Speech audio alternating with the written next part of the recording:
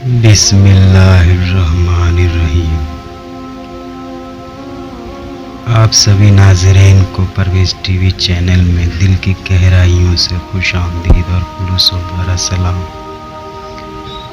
اللہ پاک سے دعا کرتا ہوں کہ اللہ پاک آپ کے تمام جائز خواہشات کو پورا فرمائے، وسیع رزق اور آپ پر اپنی رحمتوں کے سائے ہمیشہ قائم و دائم رکھے، آمین۔ حضرت عمر بن خطاب رضی اللہ عنہ بیان کرتے ہیں، ہم ایک روز رسول صلی اللہ علیہ وسلم کی خدمت میں حاضر تھے کہ اس اسنا میں ایک آدمی ہمارے پاس آیا جس کے کپڑے بہت ہی سفید اور بال انتہائی سیاہ تھے۔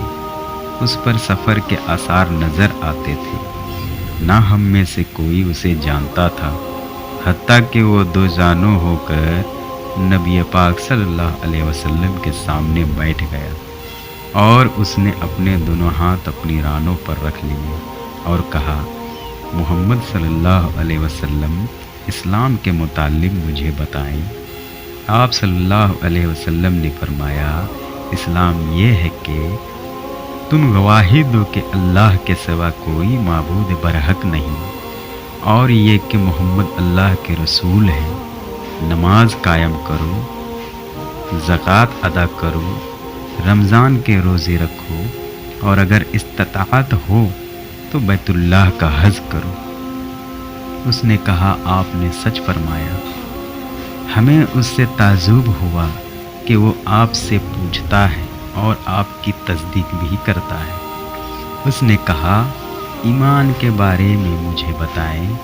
آپ صلی اللہ علیہ وسلم نے فرمایا، یہ کہ تم اللہ پر، اس کے فرشتوں پر، اس کی کتابوں پر، اس کے رسولوں پر اور یوم آخرت پر ایمان لاؤ، اور تم تقدیر کے اچھا اور برا ہونے پر ایمان لاؤ۔ اس نے کہا، آپ نے سچ فرمایا۔ پھر اس نے کہا، احسان کے بارے میں مجھے بتائیں۔ آپ صلی اللہ علیہ وسلم نے فرمایا، یہ کہ تم اللہ کی عبادت اس طرح کرو گویا تم اسے دیکھ رہے ہو، اور اگر تم اسے نہ دیکھ سکو تو وہ یقیناً تمہیں دیکھ رہا ہے۔ اس نے کہا، قیامت کے بارے میں مجھے بتائیں۔ آپ صلی اللہ علیہ وسلم نے فرمایا، موصول اس کے متعلق شائل سے زیادہ نہیں جانتا۔ اس نے کہا، اس کی نشانیوں کے بارے میں مجھے بتا دیں۔ آپ صلی اللہ علیہ وسلم نے فرمایا، یہ کہ لونڈی اپنی مالک کو جنم دے گی، اور یہ کہ تم ننگے پاؤں، ننگے بدن، تنگ دست بکریوں کے چرواہوں کو بلند و بالا عمارتوں کی تعمیر اور ان پر فخر کرتے دیکھو گے۔ عمر رضی اللہ عنہ نے فرمایا، پھر وہ شخص چلا گیا۔ میں کچھ دیر ٹھہرا، پھر آپ صلی اللہ علیہ وسلم نے مجھ سے پوچھا، عمر، کیا تم جانتے ہو سائل کون تھا؟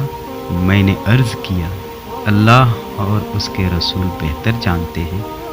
آپ صلی اللہ علیہ وسلم نے فرمایا، وہ جبریل تھے، وہ تمہیں تمہارا دین سکھانے کے لیے تمہارے پاس تشریف لائے تھے۔